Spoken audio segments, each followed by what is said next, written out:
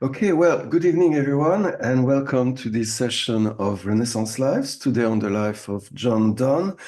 Now, if I were to introduce John Donne, who lived between 1572 and 1631, I would really present him as someone who tried to find his way at the confluence of three overlapping currents which were brought by the Renaissance. So it's very much a Renaissance life, or just a producer of the ideas of the Renaissance. And the three main trends, I think, behind John Donne are humanism, meaning not only philological attention to the classics, but also imitation and reinterpretation of classical poetry. Neoplatonism, very much as kind of a worldly philosophy of love that has pervaded the interpretation and the making of early modern poetry. And last but by far not least, the Reformation, which is on one hand, the outcome in religion of humanist philology, and which by the end of the 16th century had already scattered Christianity in various denominations. So this is a Renaissance life made out of Renaissance material, if you like, to negotiate a way to articulate and understand the world. Now, to examine and scrutinize John Donne at the confluence of all this and much more, I am joined by the author of the book you see on the screen, John Donne in the Shadow of Religion. Andrew Hadfield is professor of English at the University of Sussex. He's the author of many books, including Lying in Early Modern English Culture and Literature. And he's also the general editor of the complete works of Thomas Nash, of which a biography has just been published in our series. And his interlocutor is well known to all of you, I'm sure, Bill Sherman, who is director of the Warburg Institute, who was previously at the Victoria and Albert Museum and also taught English literature from 2005 to 2013 at the University of York. And Bill, I please begin the first question. Yeah, thank you so much, Francois. Andrew, it's so nice to see you. And thank you.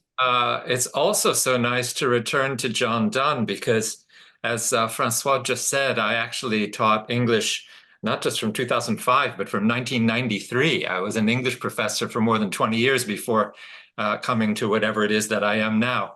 So I'm really happy to have this opportunity to put that hat back on.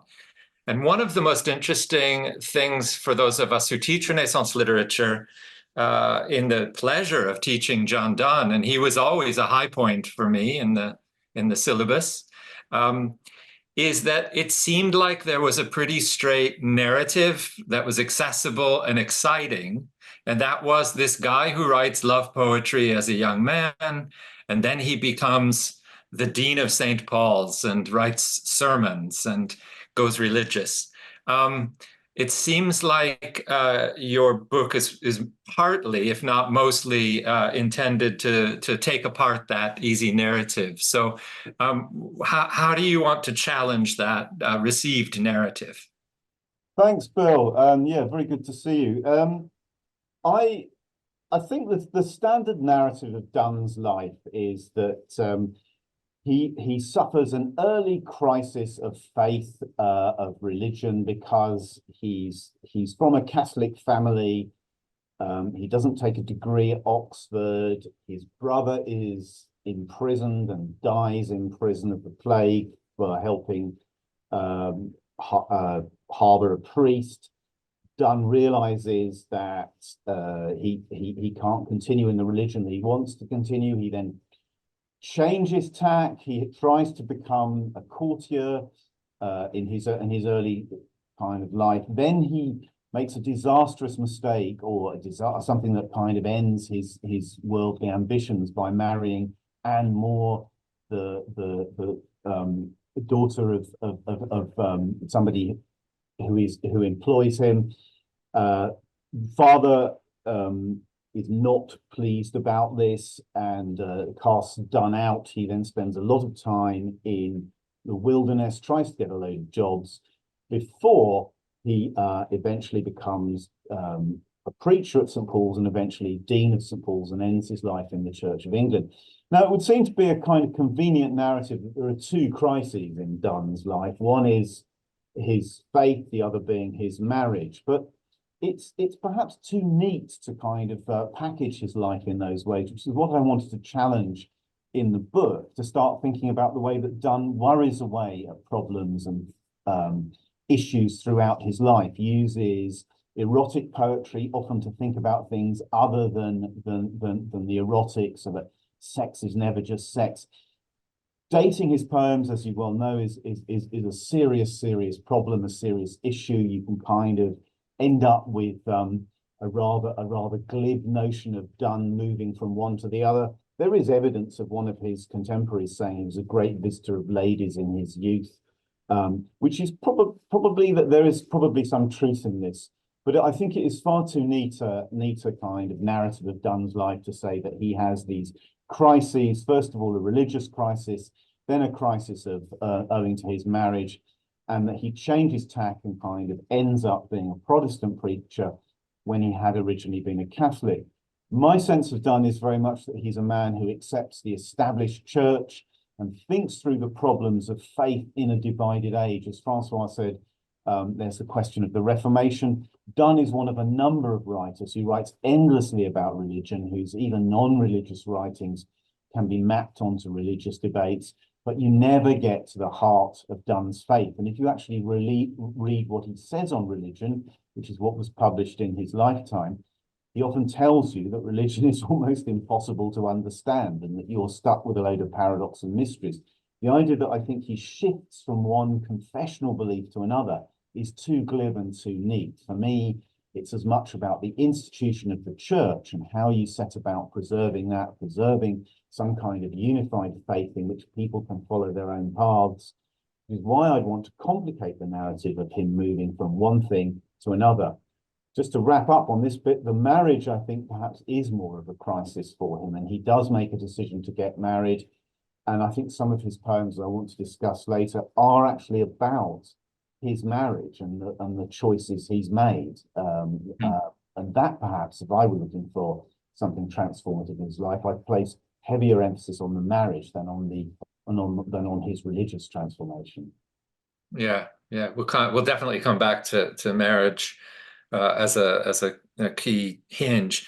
But actually, now that we've got these images of him on screen, it kind of makes me want to ask the question about Donne's own peculiar self-representation, and he is very self-representational, if you will. You know, I mean, we may not want that Jack Donne, the love poet, becomes John Donne, the Dean of St. Paul's narrative, but he is playing with his own self-presentation, and you can see that in a really unusual way. And so I wonder if you want to talk a little bit about his approach to self and about the way that comes through in his pictures as well as his words.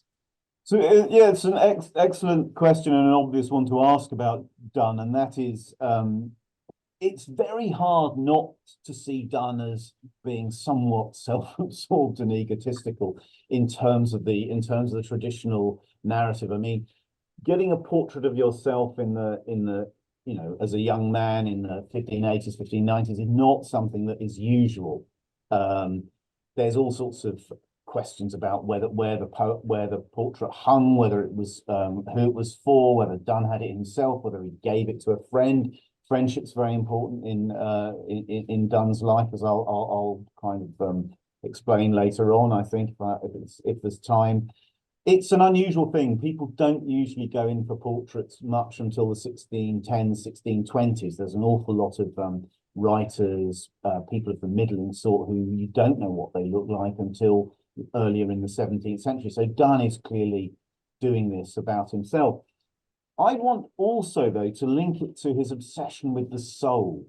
In some ways, if you're going to take the idea that you've got an inviolable soul seriously, and Donne writes endlessly about his soul, about the problems of the soul, about the ways in which other people's lives and selves and souls make you think about your own soul, and it's your own duty to preserve that as best you can, and to kind of try and end up at the end of your life in a good place.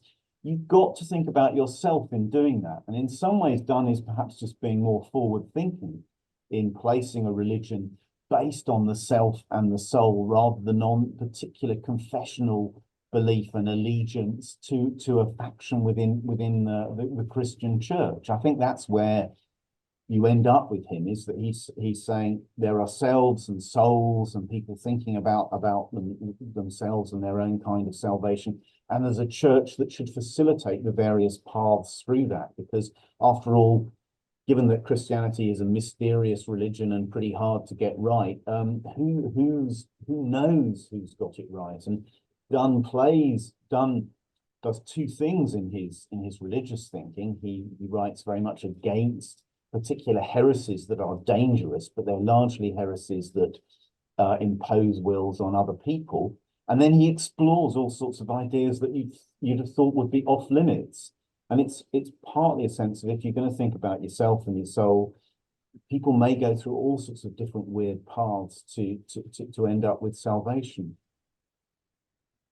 Absolutely. I'm just to linger on these images for a second, just because they're so striking. The question, I guess, is this a kind of, celebrity snapshot, author photo kind of thing? Or is it picking up on Francois's characterization of him as engaged with humanism in some way, a kind of trying out of different personae and models? Because the ones on the right certainly look classical. They're quite different in terms of what they're projecting. It's a very, very astute question. Classical, I would pick up on as well, that Donne is nothing if not a learned classicist, as well as somebody who looks to Christian models, and he's always showing off his knowledge. You can, and there's a large number of his books survive. He clearly was someone who valued books, and even though he moans about how poor he is, he still found ways to accumulate lots of books in a period where it was very expensive, and annotated them. He's looking back to Roman models, absolutely. I mean, that's another thing I think I try to emphasize in the book, is his interest particularly in Latin poets, in Ovid, Juvenal, Martial, Catullus seem to be the people he really, really likes, and he thinks about in the 1590s alongside thinking about religion. And there is, as you say, clearly a sense of representing himself as a sort of inheritor of a classical tradition, as well as thinking through lots of Christian problems. And the fact that I think he often wants to compare London and Rome. That's another thing that he does in a lot of his satires, particularly, that he and likes to be seen like that.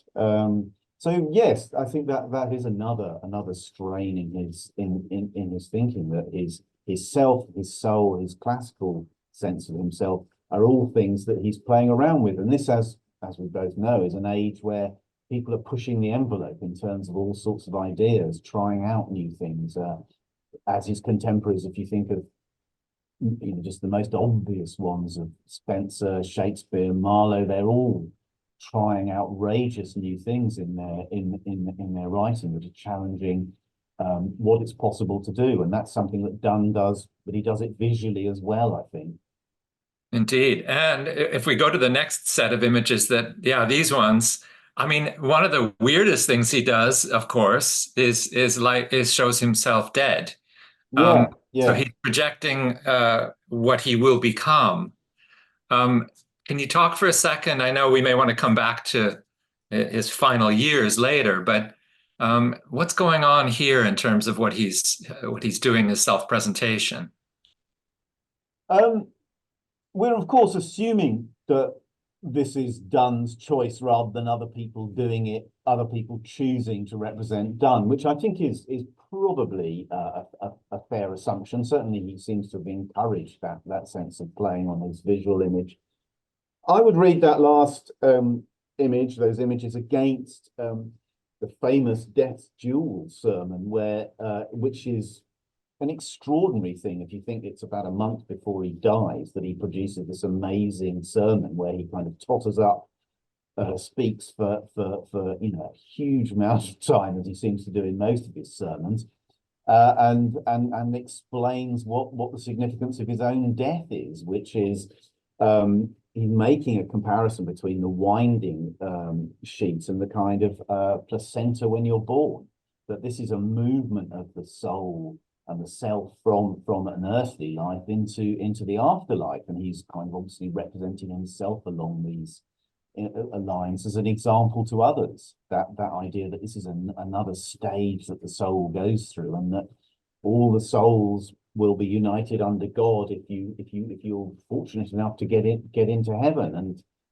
in some ways, it's an amazingly egotistical representation of his own death as important. In other ways, he's saying, and this is the voyage we all go through. This is what's happening to all of us. That my own particular soul and death is an example to others as to how you might think about these problems. Yeah, in a way, he's both ego and everyman. Yes. Which is, I guess, true of all of them, but maybe especially with him. Yeah. The hymn to God, my God in my sickness, is a really where he becomes a map and he becomes the whole world himself. But there's a way in which he's the whole world and everyone's the whole world, that everyone's their own little world. So it's both egotistical and not egotistical. He loves paradoxes. Yes. Writes a lot of them. And so that's exactly the kind of thing that he likes to think about. Exactly. I think another thing that these images really bring home to us, as well as, hymn to God, my God in my sickness, and devotions upon emergent occasions, and some of the other, particularly, relentlessly in the sermons, is just how proximate death was for people in Renaissance periods, particularly at moments of plague or religious controversy. If I remember, he lost 6 children himself, and that wasn't unusual. And himself, of course, also almost died multiple times and turned that into poetry or into sermon. So that closeness to mortality is, for a series of books called Renaissance Lives, very important, because Renaissance death is probably equally important. Yeah, quite so. Donne ends up living a relatively long life. I think, as far as you can work out from population statistics, people generally died sometime in their 40s, and an awful lot of the writers we talk about don't live as long as Donne. Certainly Shakespeare, Spenser, and Marlowe don't live as long as all having very different sorts of death. But Donne, it's one of the lovely ironies that Donne spends all this time going on about his illness, and now he's about to die, and outlives most of them, which is kind of what you predict. But yes, he lives under this terrible shadow of death, and that's why I suppose the death of his brother is obviously traumatic, but it's one of a number of issues. And his wife predeceases him, which I can say more about that. But he seems to have been both a devoted and a careless husband at the same time. And he writes an epitaph for her. And why don't you go into that? I think that's an interesting moment. Into what, sorry, Bill? Into the wife and the epitaph and all. Yeah, okay. Well, there's a Latin epitaph for Anne Donne, which I reproduce in the book, which it's hard to read whether it's formulaic or whether it's actually very, very expresses a kind of intimate sense of Anne Donne as a very pious woman who tried to do her best. Are these just words that you get, or are they is it a real sense of the character of his wife? The poem that's difficult to work out is A Nocturnal upon St. Lucy's Day, which people argue about, but I think probably is an epitaph for Anne Donne, although I think some people would say that it's actually a poem written for Lucy, Countess of Bedford, when she was very ill. So it's possibly a sort of it may be a poem of extreme friendship written to flatter a patron. It may be an epitaph for his own wife, which would suggest but his marriage was incredibly important for him. I think it probably is an epitaph. It has a lot of in the book I try to read it against Henry King's beautiful poem, The Exequy for his wife, which is an extraordinarily moving poem where his young Henry King's young wife dies, and he sort of says, well, I don't really want to go on living, but I feel it's I have to, and I'm looking forward to dying and being reunited with her. It's a very, very moving poem, and Donne's poem for Anne Donne would seem to be of a similar nature, and he and Henry King are friends, and that's how I kind of felt that should be read. But the moment in Donne's life that does change everything is his marriage, and marriage was often something that really did transform people's fortunes, because it obviously restricted all sorts of things. You couldn't pursue an academic career if you'd got married. It often it could enhance or limit your opportunities in the church.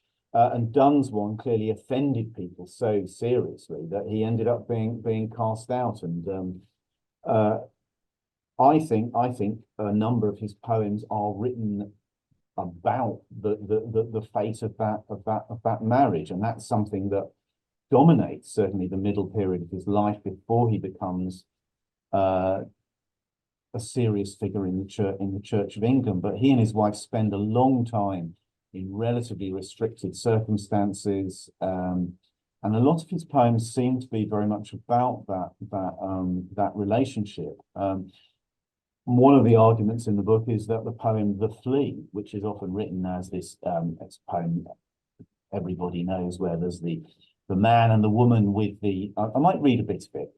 Yeah, why not? It's often written against the background of Latin poems that are kind of erotic and light-hearted, and attempts of men to persuade women to get into bed with them. And there's this idea of the flea that sucks the blood of the man and the woman, and it's kind of they are therefore united. But I find it I find that kind of reading very unpersuasive, because if you start reading this poem, and Donne is nothing if not a poet who tries to make you read his poems carefully and tries to startle and surprise you. The first thing you note about this is that the woman's already in the room with the man. He's not trying to persuade her to come up to his bedroom. She's already in the bedroom.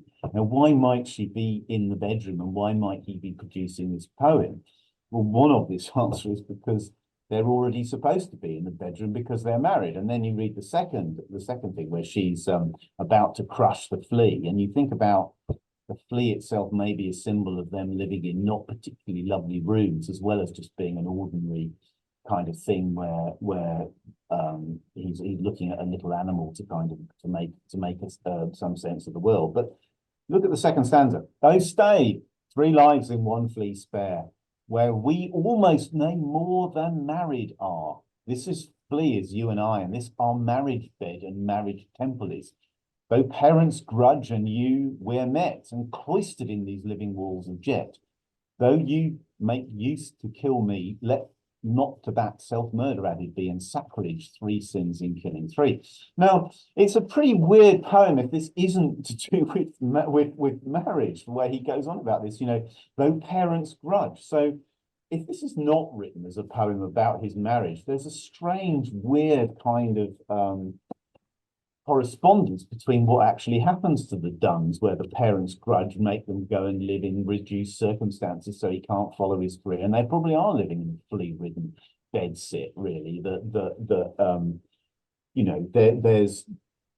that they would rather not be living in. So it looks to me like the joke of this is not here's a lecherous young man trying to persuade some woman. It's very much 2 people stuck in a room, and there's a backdrop to it, which is, what are we going to do? What can we do? We got married. There's no prospect of us advancing ourselves. We might as well be in the bedroom and have sex, because there's nothing there's not really a lot else going on. So it's a poem that's both intimately about sex and also about all the things that surround that sexuality, because after all, it's the married sex of the Duns that gets them into such terrible trouble.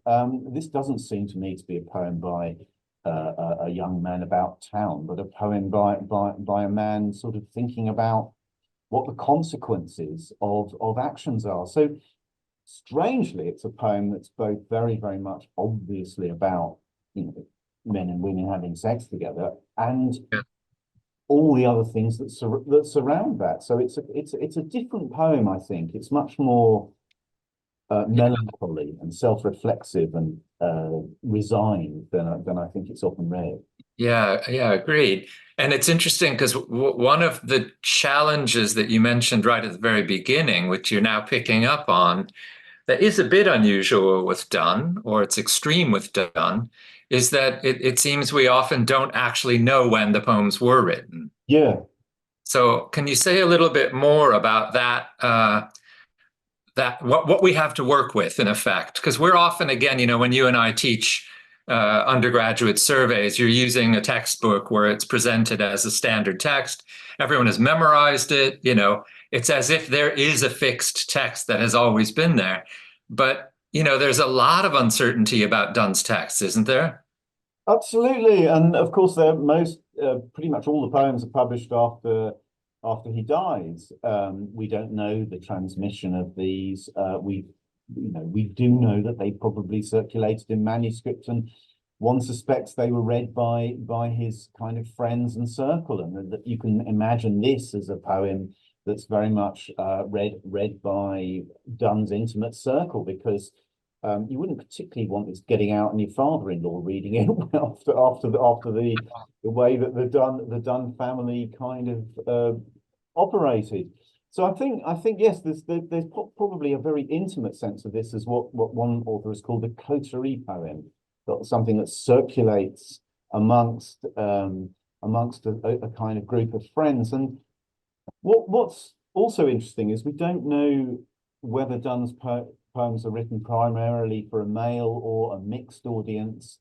He certainly has female patrons and friends, and I've often thought there's a poem, Twickenham Garden, which is a straightforward kind of misogynist poem, if you read it, where he says the only thing that's constant about women is their inconstancy, something that he says in other poems, and the truthfulness of the woman's evil nature is what really kills him, because she's being true to herself in being a kind of liar. But this is written in Twickenham Gardens, is where Lucy Countess of Bedford lived, and that's probably that's the house that Donne lived in earlier. But sorry, after his marriage. But the Twickenham Garden poem is one that, if the title that's ascribed to it is correct, it's written deliberately about Lucy of Countess of Bedford's garden, and clearly Lucy Countess of Bedford is going to find this a joke, which suggests that some of the misogynist poems may be written for a mixed audience, or for women to kind of read as well, which then suggests that some of the personae that Donne adopts in his poems are not to be taken straight. Hence we come back to the flea, and that this is clearly, if you take that reading and that kind of context for it, it suggests this is circulating among Donne's friends, who understand that his situation is not like the apparently confident young buck in the poem, but quite a different one, where he is somebody who's kind of wrecked his life, really, or seems to have wrecked his life, and is trying to make sense of it. Then if his wife reads it as well, and his other women and his wife's friends, that might be a slightly different reading to if it's just read by men. So we have all these questions about how Donne's poems are read as dramatic monologues, is the word I would often use to describe them. Whether the readers are very important, but constructing who those readers are is very difficult.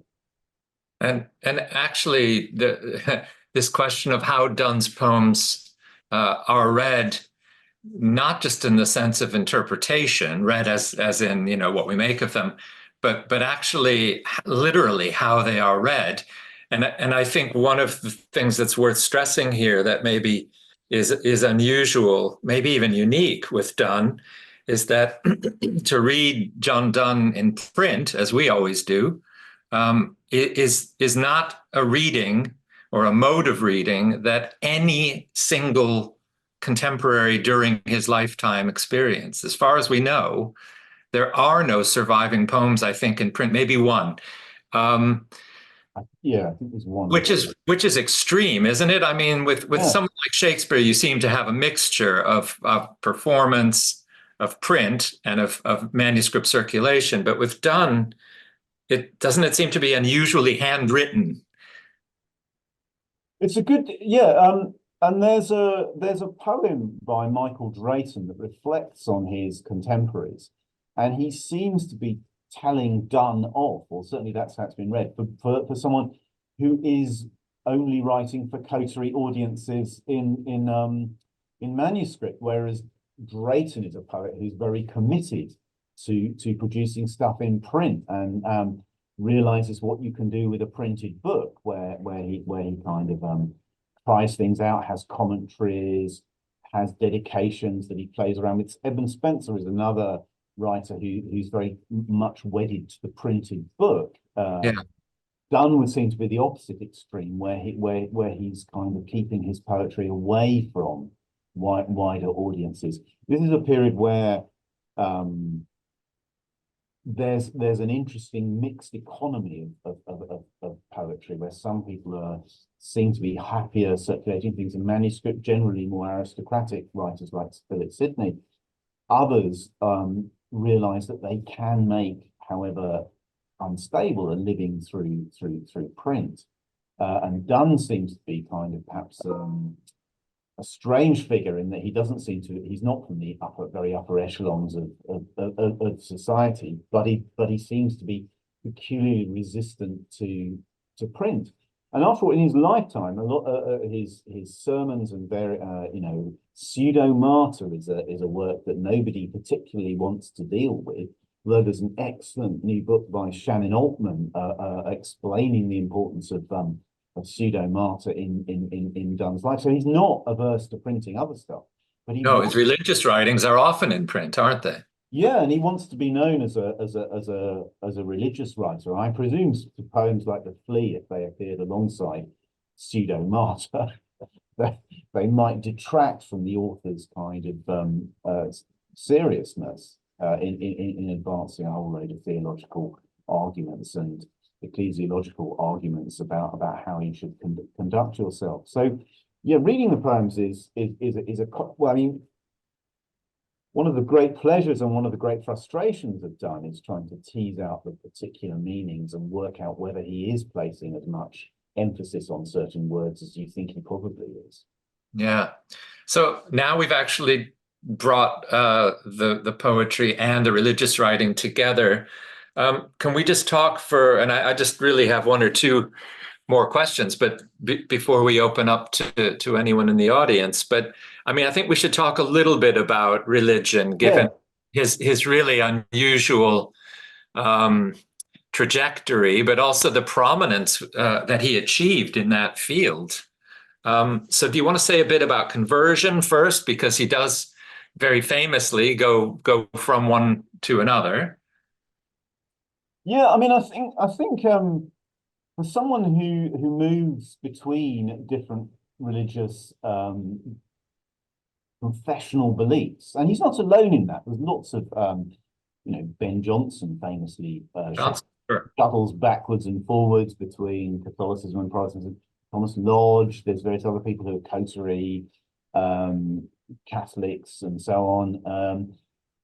Donne doesn't say that much about conversion. In fact, you could see a lot of his writings, I would think, as in some ways anti-conversion, but he is much more interested in how you preserve a unified state church. As I said, the Pseudo Martyr is, if you read a lot of books on Donne, Pseudo Martyr hardly gets a mention, but it unlocks an awful lot about Donne's thinking, where he says the oath of allegiance that James I demands can be imposed upon his subjects is really a great thing. It's very much, you know, a minimal testament of loyalty to the state, which then leaves the individual subject free to go off and explore religion on their own terms. As long as they agree to be loyal to the state, you shouldn't pursue them too much. And you can see that this could be an argument for a Protestant convert from Catholicism. It could be an argument for a secret Catholic. He's really saying we all need to accept that the status quo is there to protect us. And the people who are really terrible are in fact the kind of religious revolutionaries or fanatics, the pseudo-martyrs who believe that they can change the whole state for their faith. So then you get what does Donne do in a lot of his poems, which again, as we know, are circulating in manuscript and only printed after his death. He takes some outrageous risks with theological positions. There's the poem I'd want to look at is which is one of the ones I've got on the screen, is At the Round Earth's Imagined Corners, which I will read, and I'll say a bit about why I think this is a really fascinating poem, and it does unlock quite a lot about Donne's thinking. This is about the apocalypse. It's about people thought the world was going to end every few years in this period, and Donne is another one who kind of plays with that accepted belief that the world may be about to end, the last judgment may come. An awful lot of churches throughout England had what were called doom paintings. The bodies are rising from the graves on the day of judgment, and assuming, usually it's thought to be the perfect age, which is about 30. So yeah, if I just showed that. So this is from Orvieto Cathedral. So Donne probably almost certainly would never have seen it, but I really like this Signorelli Orvieto one where it's the last judgment, all the skulls and skeletons coming out of the earth and people putting the flesh on, parallel to Michelangelo's famous Last Judgment as well. But these are images people would have seen all over the place. So this is a poem on a very, very common theme, if you like, that comes out. But notice what Donne does with it.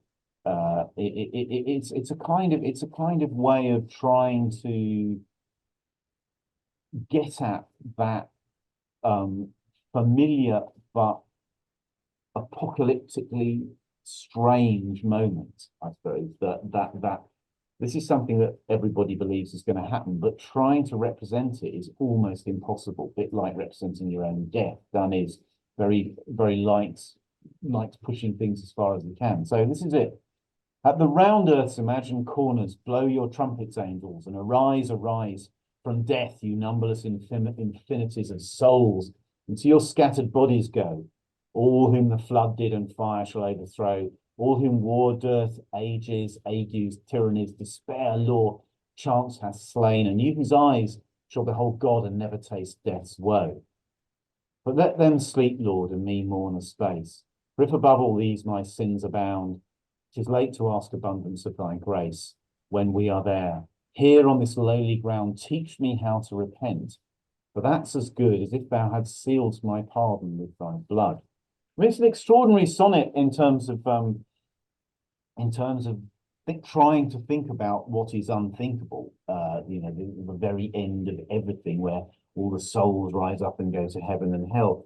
And you notice various things. Donne's very into maps. He's very into globes, the round earth's imagined corners.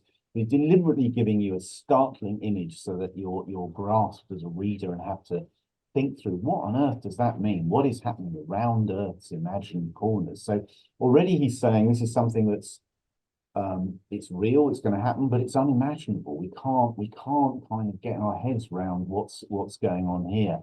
And he goes through all the kind of things that have happened. And the poem is sometimes read, I think wrongly, as a testimony of Donne's belief in mortalism, the doctrine that the body dies with the soul, and then everyone sleeps until the end of time, and then the souls are kind of resurrected. this would seem to be an odd belief given what Donne says elsewhere about the soul and the importance of the soul and people joining God after death. Although it is possible, I wouldn't rule these things out, but I don't think you can read this as a testimony of faith in mortalism. It's very much Donne playing with a particular idea and trying to get a sense of how strange and disturbing that moment is. And then if you jump onto the last lines are really challenging. You know, teach me how to repent, for that's as good as if thou hast sealed my pardon with thy blood. And that's, of course, another defamiliarizing line where actually what you think is, hold on, but that is what's happened. You know, that is what's happened. So what's he saying here? He's saying, teach me how to repent, that's as good as if thou hast sealed my pardon with thy blood. And of course, the reality is, oh, of course, that has happened already. So you're looking at a future moment, and he's thinking about something that has already happened in terms of Christ's death. So your chronology is suddenly compressed because the end of the world will compress all things and end all time, something that is very hard to think about, and all time will become meaningless. And what's important is the individual repentance. That's what he's now placing emphasis on. So giving you that in a very surprising way so that you have to think about it, just as you have to think about the kind of end of time. He's sucking you into thinking, well, this is what that means, that obviously you need to repent, he needs to repent. The individual soul is absolutely vital for this, as well as the kind of general view. It's back to that familiar paradox that this is both about himself and about everyone thinking about the Christian faith at the same time. But I think it's a sonnet that you can't sort of read Donne's belief. He's very much, as I read his religious belief, he's very much someone who thinks that outward conformity is what is really, really important. And that's what he publishes in his lifetime. In his actual manuscript writings, he often explores difficult positions. You know, there's he's one of the few people who defends the right of suicide and by Thanatos. Metempsychosis is the poem, a Pythagorean poem, which is hardly ever read. It's not one of Donne's best, I don't think, but that's about the idea that the soul goes through, is transmuted can be transmuted from one form to another. And it's obviously something he doesn't believe, but it's something that he says, well, what if it is true? Let's play around with that idea and think about that. And his writings are full of those, I think, attempts to say, what if this is true? Let's think through these ideas. Let's see what, if we take them seriously, whether they can go anywhere. And of course, the way he set up religion, he's very much saying, let's get away from confessional allegiance and let's think about the established church, and then we can explore ideas, because if we're wrong, it's our lookout you know. And so outward conformity is very important, but maybe you can explore more in your own sort of personal beliefs, because it's your lookout if you get it totally wrong. I think that's where he's going. Or I'm sure there are moments which would work against that reading, but I think that's largely where he's kind of sets himself up as a thinker. Yeah.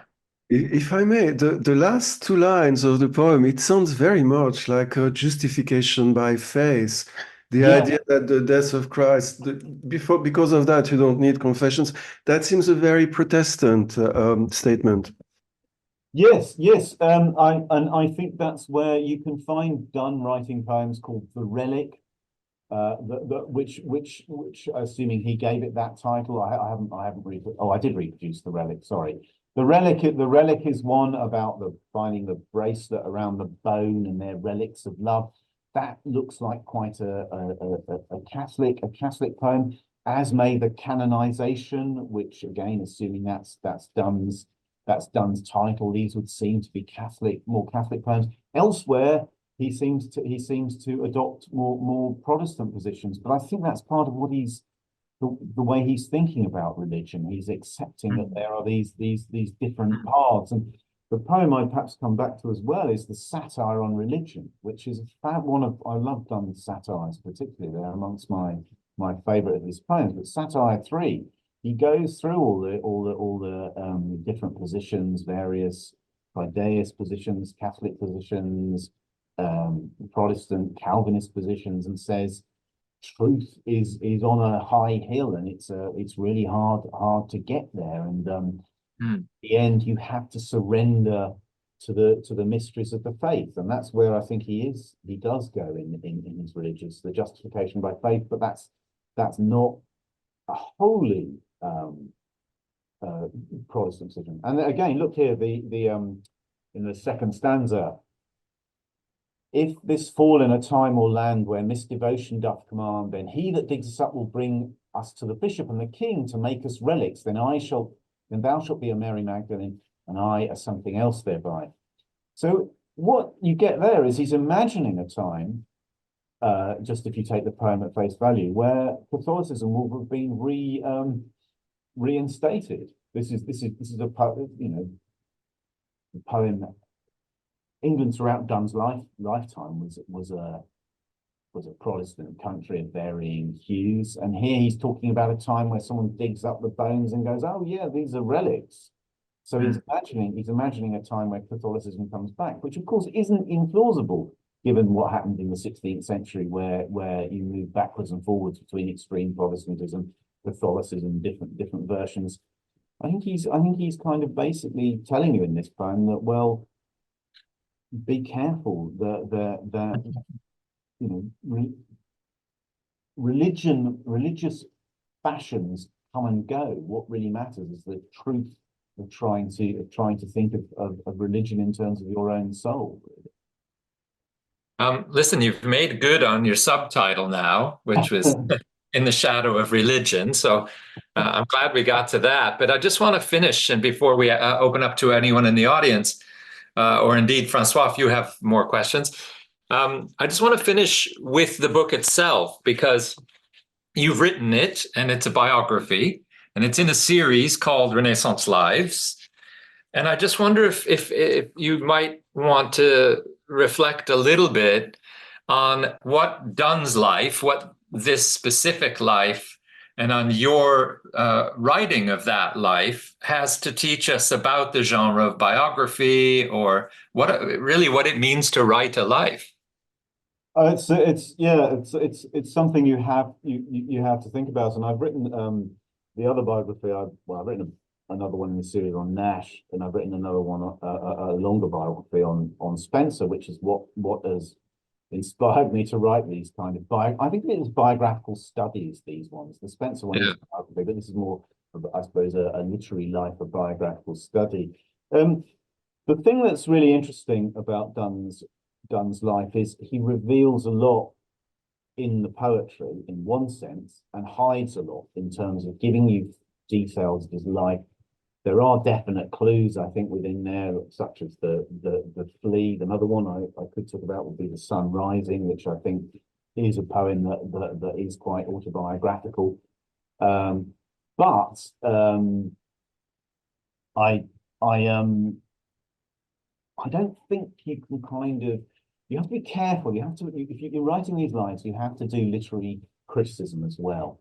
You can't just sort of come to this and go, "Oh, this is what he means." There's so many games being played, and Donne plays games with his own life. If you think about the portraits, the sermons, about his own soul, the way he's kind of obviously, he's not a stupid man. He's obviously aware that he's writing about himself, and he's intensely egotistical in one sense, but he's just another person who's got a soul that needs to be saved and needs to think about that. He's playing around with all these kind of ideas. I mean, this is one where just to perhaps finish on this note, The Sun Rising is about the Donne being in bed with a woman. I'm going to say it's his wife. I'm pretty certain it is. This one seems to be very, very distinctly autobiographical, but he only gives you a certain version. So he says, "Busy old fool, unruly sun, why dost thou thus through windows and through curtains call on us? Must to thy motions lovers' seasons run? Saucy pedantic wretch, go chide late schoolboys and sour apprentices. Go tell court huntsmen that the king will ride, so you know it must be written in the reign of James the First. Call country ants to harvest offices. Love all alike, no season knows, nor clime, nor hours, days, months, which are the rags of time. So it sounds pretty straightforward, doesn't it? That he's kind of giving you this poem that's about, he wants to stay in bed, you know, because he's having such a fabulous time with his kind of lover, and the rest of the world can go and hang itself and don't open the curtains. But it doesn't mean that at all. It's reminding you relentlessly of all the things he's lost. And it's another poem like the Flea where he's saying, we might as well stay in bed because the world's going on out there and we're not part of it. We are kind of cut off from this world. That there's all these things he's interested in about, you know, the schoolboys, the huntsmen. He's watching all this stuff out of the window, and he is, you know, not part of it. So he's using bits of his biography in this kind of poem that I think you have to read, but you have to try and read it as a poem. Think through what he's trying to say. Think about what it says about the way he's representing himself through his poems, and what it tells you about the life, and the life in poetry, and the poetry in relation to the life. You can't just read it as a straight bit of evidence that you can with other things. You can make the same case for many of the verse letters and the letters, which are also very important. I haven't said anything about friendship, but friendship's very important for Donne. But again, he's often playing games with friendship, constructing things, thinking through friendship issues in his writing. So I think that's what I would say, is that if you want to look at people like Donne, you can't just put the literary criticism to one side and say, I'll read the life and the life will explain the work. You have to use the life the work carefully to think about the life, because it both provides clues and some false clues and kind of takes you in different directions. And it's a very difficult and interesting labor to try and write the life of people like Donne. And that's why we end up with very different versions of him. There's obviously a version circulating which is quite different to the one I think I've got, which is that, you know, Donne was the libidinous young man who becomes rock star preacher is that version, and most versions of Donne's life will give you that, which I think is wrong, because in some ways it plays down pseudo martyr, which is central to his thinking. If you and people don't want to spend too much time on that because it seems dull, but if you think of all the learning that's gone into that, it's an anchor that explains so many things outside it. Anyway, that's what I think. That's just the perils and advantages, interesting things about writing Donne's life. But he tells you so much about how people thought about lives in the Renaissance, while also being an extreme case that you have to be careful about. Yeah, fantastic. Thank you so much, Andrew, and congratulations on your third literary biography. So keep going. Very good. Francois, do you want to take over? Yes, and thank you both. Well, first I should invite you, the members of the audience, to put your question. You can use the raise hand option, which should be on the right hand of your screen, or you can send me question to the chat, and then I will pass them to Andrew. Thank you very much, Andrew. I wanted to ask you to point out that when I read John Donne out loud, it really takes shape and meaning. But you've already shown this, and while listening to your conversation, I'm really very struck how someone who is such a master of rhetoric, who moves from one religion to another, who uses philosophical system to make rhetorical effect, is at the same time such an earnest husband who spent 16 years with the same woman who bore him 12 children. Isn't there a contrast between John Donne as a husband and John Donne as a literary figure, as a rhetorical figure, almost ungraspable? I think Donne has a kind of checkered relationship as a husband. There are times where he seems very devoted to his wife, and the marriage is clearly very important. There are other times where he seems very somewhat negligent, going off on various on European trips when may have been wiser not to have done. I don't know if there's such a contrast. I think I keep coming back to him, but there may be a precedent in Edmund Spenser, who makes a big deal about his marriages. Spenser was clearly, you know, the major poet of the 1590s, where Donne is coming to maturity in his own writing, and I think that the fact that Spenser is that great poet of marriage, writes a whole series of sonnets about his courtship and marriage, the Epithalamion. He's the first poet to write a marriage hymn in praise of his own of his own kind of marriage. Usually, people wrote one about someone else's. I suspect that is something that Donne highlights in his writing. Whether the truth was that he was quite a devoted behind the scenes, he's certainly very aware of how significant his marriage was and how much it changed things for him, and he does reflect on their marriage in his writing. I wouldn't see them as kind of things that are totally at odds. The philosophical and rhetorical stuff. He's thinking about marriage in the world, and if you just to kind of round this one off, marriage becomes one of the central religious questions after the Reformation, because once the Reformation says that priests can no longer be separate from the rest of their congregation, but should be married like them, and so be in the world with them, marriage takes on a significance as an important and major subject. So Donne is clearly aware of that as well, that the married state has an importance in terms of people thinking about religious life and how you live in the world. And I think that's so. I wouldn't see that his rhetorical philosophical philosophical learning is at odds with his worldliness, if you like, I suppose.